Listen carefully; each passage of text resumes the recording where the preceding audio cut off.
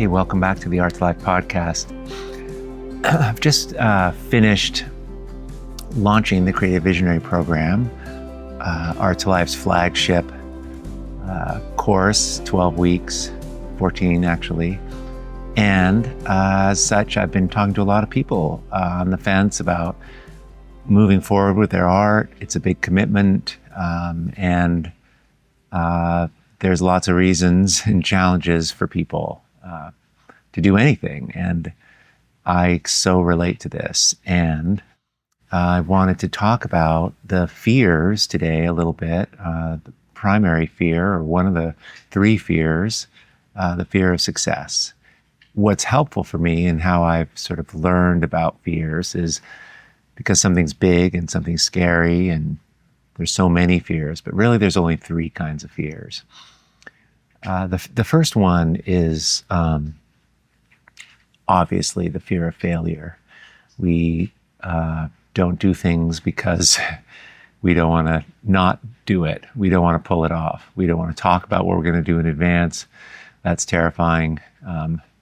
We don't take risks towards what we want to do for this very reason. Art is challenging to try, to learn. The fear of the white canvas is prevalent. And there's lots of ways to work around that, but that's probably the biggest part, the biggest one of the three. The second one, maybe it's equal, is the fear of what other people will think. This is one that I've struggled with a lot, frankly, when I was younger and trying to move into doing fine art. I disqualified my work for various reasons because I compared it to other people's work that was amazing. And in comparison, I felt like it was so obviously weaker, and I just didn't want people to think that I was thinking that my work was great. I mean, it was just all about other people. Incredibly destabilizing, by the way, to do anything when you're focused on externalities like that. But the third one, and it's the one I want to dive into a little today, it's the one that's a little more nuanced. And I saw it a lot during the launch of the Creative Visionary Program. It came up a lot in emails I had with people and conversations, and it's the fear of success. So again, there's three kinds of fear: the fear of failure, the fear of what other people think, and the fear of success. It seems counterintuitive that what we desire, we're scared of. But it's not as simple as that. When I went through a big, hard patch in my life, when I lost I was an illustrator at the time, and I had a fear. I had a fear of a success in a way. I wanted to be a fine artist, and I got close to it as being a commercial illustrator, but I didn't believe, I didn't have the confidence. I was afraid that I would fail, all the fears. But I didn't ultimately think it was possible for me. And so I postponed. And one thing led to another. But this in terms of my misfortunes, and things occurred in my life where the economy went upside down. It wasn't really anything that I was doing at the onset, but it catalyzed a very challenging time where I lost all my work as a commercial illustrator. I had a family to support.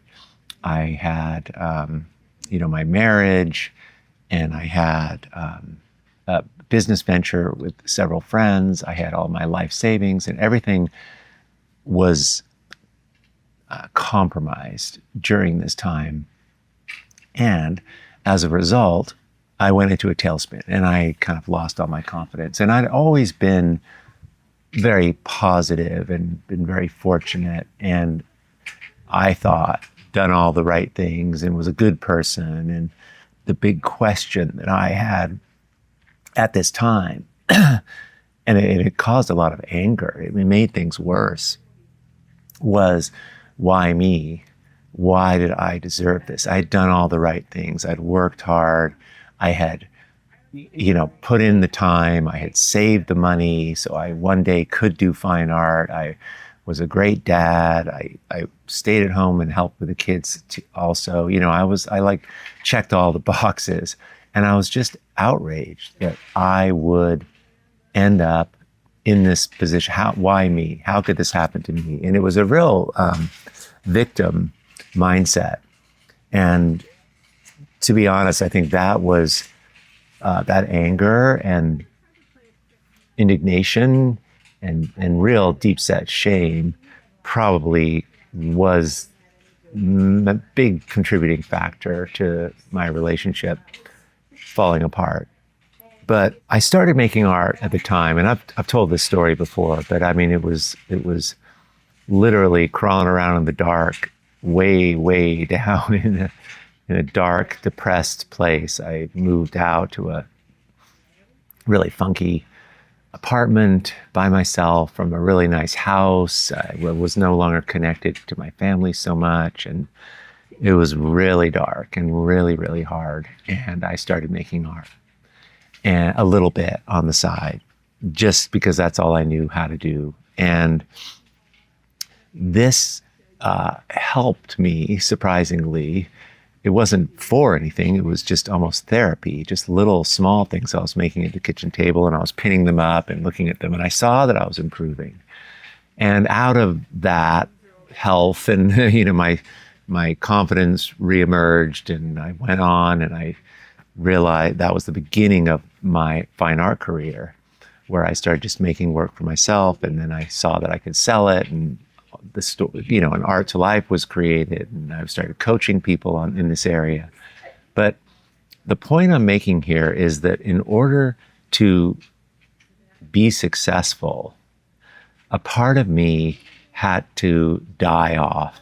And I think this is a long way to say that fear of success, it's not the fear of success, it's the fear of having part of you die in order to have the success. Some changes you have to undergo to be successful. If I was successful, then I was no longer, I had to let go of that victim mindset. I had this belief that I was owed something. It's really kind of a bit of an arrogant place to be. And that is what had to die. I had to see my responsibility in all of this tragedy. I had to take that really good, hard look at what I was doing, what I was contributing to this situation. And I was ashamed, and I didn't like myself. I had lost respect for myself. It was like I had to go through this whole, I had to remake, I had to upgrade. It was a major upgrade. And so this is what something of ourselves has to die off in order for us to succeed. And it's a hard one to get, and it's important to look at this area if you're trying to achieve something and you want something, and there's resistance to it, and you can't quite get into the studio, or you can't quite do the things you want to do, and there's something holding you back. It often is this fear of success piece, this third one that is kind of sinister, because it's under the surface of things. You have to double click on yourself and go in a little deeper to really understand it. It shows up in different ways. Kurt Cobain, I was kind of researching this, and Kurt Cobain, the front leader of Nirvana, when they became monstrously, explosively popular, they became the biggest album since Michael Jackson's Thriller in the early 90s. And their music was about this excess, and the music became that, and it became this change for a whole new generation. And he went into like a tailspin, and he had a lot of trouble. In all his journals, he writes about this, losing himself in this fame, that he would, the part that he was afraid to lose was his authenticity, and freedom. So valid or not, that was a challenge. That success came very quickly. There was the Seattle small underground band became like monstrously known very quickly. So sometimes we fear losing a really valuable part of ourselves, and it takes work to reframe things. And at the end of this, I'll go over a few of the ways we can work around this. But one of the first books that I ever read, my father gave it to me when I was a kid, was Catcher in the Rye, J.D. Salinger. And when that book came out, it became wildly popular. And he went into like complete reclusive, just wrote on his own for like 50 years. He didn't want that. And he feared he was going to lose his creative voice, his authenticity, right? So there's parts of these that it's different for everyone, what they're afraid of it's really change, but it's something that we've held on to. For me, I had a kind of unhealthy way of framing things for myself, and a bit of an entitlement, frankly. I was raised by British parents, and there was this, this sort of, it's a generalization, but, my father or mother believed they were a bit superior to most people, and and I adopted that, a little. So for me to, lose everything, and I was indignant, and it was this amazing occurrence that happened that changed my life, that gave me humility, that taught me how to help other people, that taught me that I could go after my dreams, right? So it was amazing. And Art to Life came out of this, which was a miracle. Sometimes this fear of success is just fear of losing our freedom to be ourselves. We know our past, we're familiar with it, we can see it. We know how we've been, we know how we were when we were 10, we know what our elementary school teachers said about us, we know what we got on our report cards, we know what degrees we got, and the positive things that were said of us and our friends, and those moments, that all the pieces that go into it, creating our identity that we remember. We kind of have this picture of ourselves, the way we are, and we glom on to things that are positively reinforce that. But the challenge with moving towards something that we desire is it's just a theory. It's just, we haven't gotten there yet. So you can't see what it is or how it's going to be. You kind of intuit that this is what you want. I didn't know that becoming a fine artist, I didn't know what, I just said, that's just like, I just had that desire in me. And so because we can't see it, we tend to hold on to the edge of the pool harder of the things that are known before we are able to push off and go into the depths. In my case, in that story I shared with you, I was forced into it. Eventually, you don't do these things, and something comes along. I call it like the Zen stick of life, and it just makes it happen for you. If you don't pick up on the signals, if you're not willing to change, something will catalyze it. But it's literally kind of holding on. So it makes sense that we don't want to let go of some of the known, even if it's funky. You hear of people staying in relationships even though they're abusive because they know it. They don't know what's on the other side of that, and they have to get help and support and counseling to have someone help paint the picture of what's on the other side of this difficulty. There's a bit of the fear of success with your identity, that you haven't been called out yet. I totally relate to this. Who am I to talk on a podcast? What possible contribution can I give? All those thoughts that, and it's all kind of like, I'm just an imposter here. I don't belong here. And I don't think these are going away. And I think we all have them. And I think the people that are successful in moving towards and accomplishing the things they want in their life, fulfilling purpose or whatever it is, they just get better at handling these fears. They minimize them. They understand them. And that's my hope in talking about this, teaching about this, first for myself, and then hopefully aspect of this you will take and it will help you.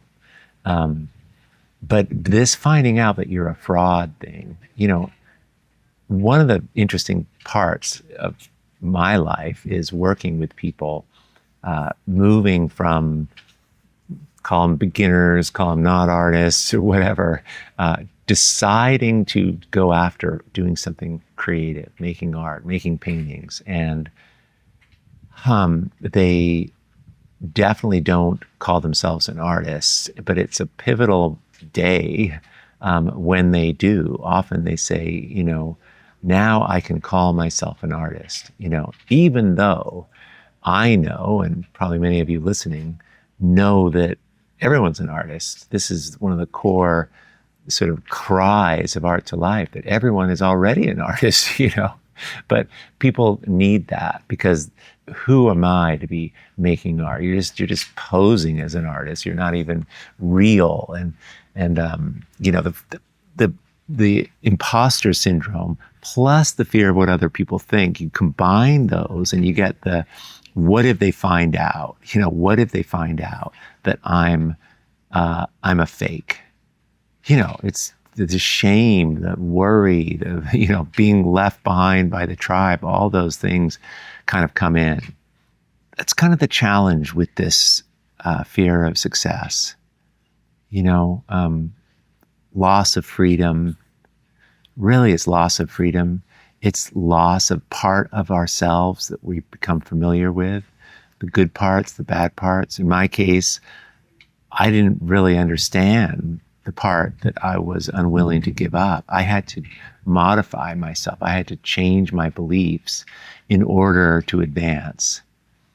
I had to change my orientation, how I was judgmental. I had opinions about things. I was more defensive, to hold my security, just being defensive, which I've looked at a lot because it's something my father was, and I have inherited that. And we are defensive because we are afraid of being kind of found out. It's so important to hold the line, I want to just talk a little bit about how to move past this. First and foremost, and I teach all these, but not in terms of this fear of success piece. It turns out that what drew me to art and what worked was this little practice thing that I was doing way back when. And it's really the fundamental idea around Bloom and the practice at Art to Life and what we're teaching in all our programs, is that if you start making art, if you really want to do this, even if you're just playing, you begin the process of choosing what it is that you prefer. If you choose a color, you're going to choose the one you like. It's not just close your eyes and grab things. It's look at all the colors and then choose one that's a yes to you. That's a preference. And it's somewhat life affirming. You end up in this, it's a practice where you're making things, playing with art, little and often, 10 minutes, 20 minutes, just a little bit. It has a tendency to have you become more proactively yourself, because you're spending 20 minutes not feeling like a victim, not fearful if you're just playing, but you're in a more of a play state, and you're more of an exploration state. You're more of you've turned up your sensibilities to choose things that are like you, that make you feel good, that make you feel alive.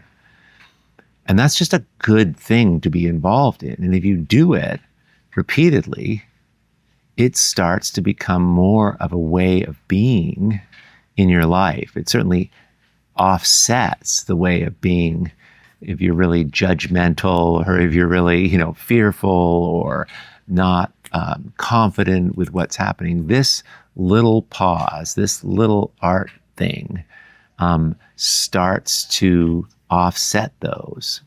Making your art brings you back to you. Art is the path back to yourself.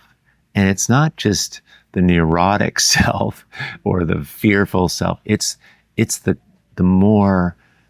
best version of yourself. Making art is an act of faith in a way. It's heroic, right? Like, despite the fact that the world's this, and despite the fact that this, despite that, it's like laughing when you're, in a crisis situation, finding something funny when you're surrounded by challenges and difficulty. I'm thinking of those beautiful songs that were written, that came out of the slavery time, right? The civil rights, and those beautiful songs, right? That offset that made it possible to keep going.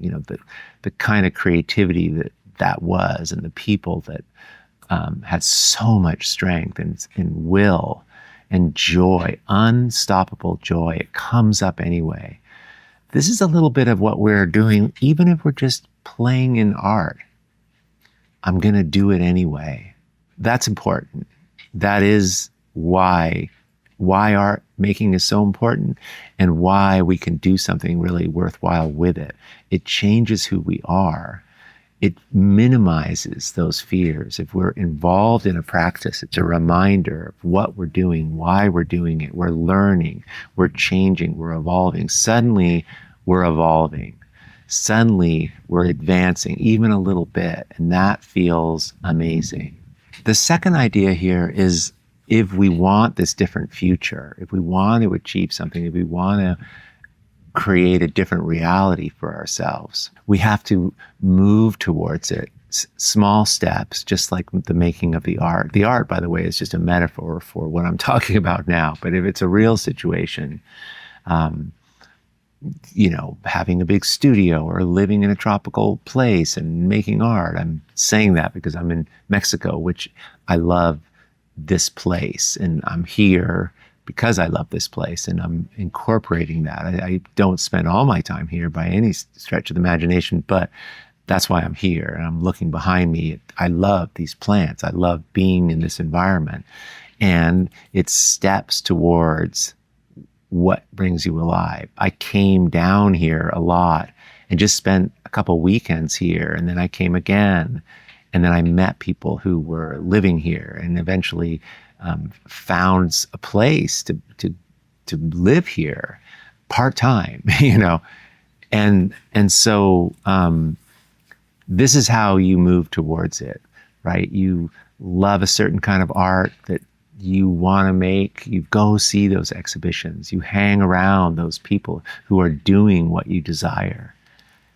If you think of your life as like a container, the container you're in, how you see yourself, but more importantly, who's in that container? What are the situations in that container? Is there something that's really, really taking the focus away? But sometimes you have to change the container. You have to shift it so you can grow. It's literally like we have these lemon plants at home, and the pot's just too small, and you pull these plants out, and to change the pot, and the roots are just like going around and around and around the pot, and it's too small. The pot's too small for the plant to advance. And it's such a perfect image of how it can be if we just stay in the thing that's too small for us. So that's important, right? The third idea here is around, I call it like future planning.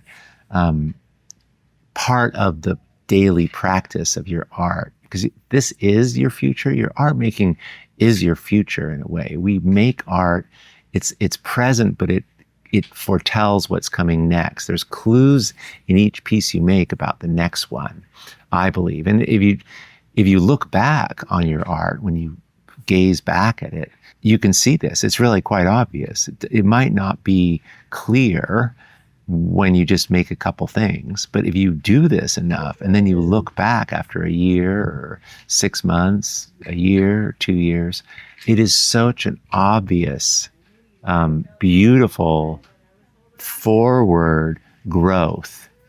And it looks differently, but I can spot it in a second. You know, like the marks get more like you, they get more personal. Authenticity goes up. Expression is more visceral. It's more on the surface. These success scenarios, visualizing them for yourself, mentally rehearse these outcomes. Think about what that will be. What is this new life like that you want to live? You know, when I see places, I saw a place down here in Mexico that was where I'm sitting, actually. It's this palapa kind of space, and these local indigenous people build these really beautiful thatched roof huts that turn out, the way they build these roofs, and they use palm fronds to do it, they're hurricane proof, and they have hurricanes down here. And it's like, this culture, the indigenous culture, has created a building that won't blow away, and it would make a beautiful studio. It's mostly open air, and this is like the perfect lighting for that, right? But this is how, like, well, maybe that studio needs to have, maybe this is like outside the studio, and this place, this could be it. So you want to record it, you want to write that down, you want to meditate on it, and you want to visit this a lot, just like your art. There's like a little practice of writing where you want to be and recording it and gluing in the pictures and spending time with it. And your art is part of that. Your art is just an expression of you today where you are. But having literally those notes, you know, why are you doing this, and what do you want, and what's your why? And you want to start connecting these things to purpose in a way. I mean, bigger meaning. The bigger the meaning, the more bulletproof it'll be, the more those fears we minimize. What we're talking about right now is minimizing those fears. They're not going away, but they can be minimized. They can be overshadowed by the great vision that isn't here yet. So we have to kind of create that. Sometimes the belief or the fears have to do with, you know, underlying beliefs that you have been given, you've adopted childhood traumas, messages about success, visibility, worthiness. Those can, they have to be unpacked. And that's a personal journey for everyone to go do that work with a therapist or somebody, or learn for you what those are, because they don't go away. You have to like address them. For me, one of the ones I had, it was a belief that I had to upgrade, was I believed, and this is why I was so mad when things didn't go my way, you know, midlife, was that I believed that if I worked hard, I would be successful. And I got really good at working hard. I really can work hard. And I would sort of, my friends would say, you know, you're the most hardest working person I know. You know, here's that, how people think of you and the identity. My identity was like, I'm this guy who works harder than anybody else. And I prided myself on that, even though I got like shingles when I was 22 years old, you know, ridiculous. But I believed if I worked hard, then I was entitled to success. And I got it. And I thought it was because I worked hard. It turns out I just got it because I was confident, and I didn't have to work so hard, but it was just the belief that I was worthy of that. But I had to earn it. I had to work hard, you know. And this was something, this was a belief that I adopted, that I was given, that my parents were raised this way, and I had to be raised this way. And there's all this issues around what's my role, and I can't have too good of a time. And, you know, I remember telling my mother, you know, she asked me once where I used to go out, and I was this kid who just skateboarded, and we just had the best time. And I'd go out with my friends. I'd come home just in time for dinner, and she's like, "What have you been doing?" And I'd say, "We're just out having fun, you know." And she'd be like, "Fun? I never even had fun. We didn't even know what fun was when I was growing up." You know, she grew up in England and she had this pretty bleak childhood and the war and all the things, you know, but she used to shake her head like, you know, fun wasn't something we were after. We didn't even know that was on the menu. But I took on some of that, and we limit ourselves about what we're willing to give ourselves, because of our roles, our responsibilities, what we feel is the right amount, what the feeling is, you know, how much self-care do we need? We got to look after everybody else, not ourselves. Anyway, I'm just mentioning these because it's an inside job on these, and they need to be addressed and looked at. There isn't going to be, you know, art is so helpful, but you've got to look at these individual blocks, these underlying beliefs, and dismantle them, or at least understand that they're there. I don't know if we ever can get rid of them, but we can minimize them once we can see them. And then the last one here that I think is really powerful is just incorporating play back into your life. And I learn it from art, from the art practice. I mentioned the Bloom practice that I teach. A big part of that is playing in art, is finding your way as you go, not feeling like you need to do anything, but just discover and just fall into curiosity and wonder, lighthearted, right? This offers the psychological reprieve we need from this just, you know, treadmill of trying to achieve all the time, right? That this also offsets. It's like laughing in the face of a bully. You know, it's very, very powerful. And I love this because it is available now, and it goes a long way to just like not taking yourself so seriously, you know, and like, oh my God, so I try to do something and I don't pull it off and people find out. I mean, really, that's what we're worrying about? It's like everyone's so busy in their lives. Nobody really cares about anybody else but themselves. They're not really paying attention, you know. This cancel culture, the fear of that, and I've experienced some of this where I've said the wrong thing on a podcast, or, you know, like, you know, it's the worst when you're going out on the skinny branches more and you're not just like hiding out in your studio, when you're doing something in the public, when you're leaning into doing something that's bigger and more visible, and you're not as confident. It certainly grows you, but it is, the stakes are higher. It is scarier. So even though that's occurring, finding a place in your day when you can play, when you can just be yourself, and realize that is pretty much where you need to be. And that is the path, the fast path to becoming more, to achieving your desires, to achieving success, is in this little practice of playing and learning and keeping lighthearted and just getting lost in the wonder of it all. And that comes in the art. And that's why the art practice is such a fundamental, powerful, transformative practice. You know, the artifacts of it, yes, we make art, but it is just the process of making the art that changes us. So we can, one, make better and better art, but we can become more and more ourselves and become more and more self-realized, more aware, more comfortable, and advance and move towards whatever it is we want to create in this life. I hope a piece of this is helpful and gets your wheels turning about what might be in your way a little bit. I appreciate you being here. I will see you on the next episode of the Art to Life podcast. Thanks so much.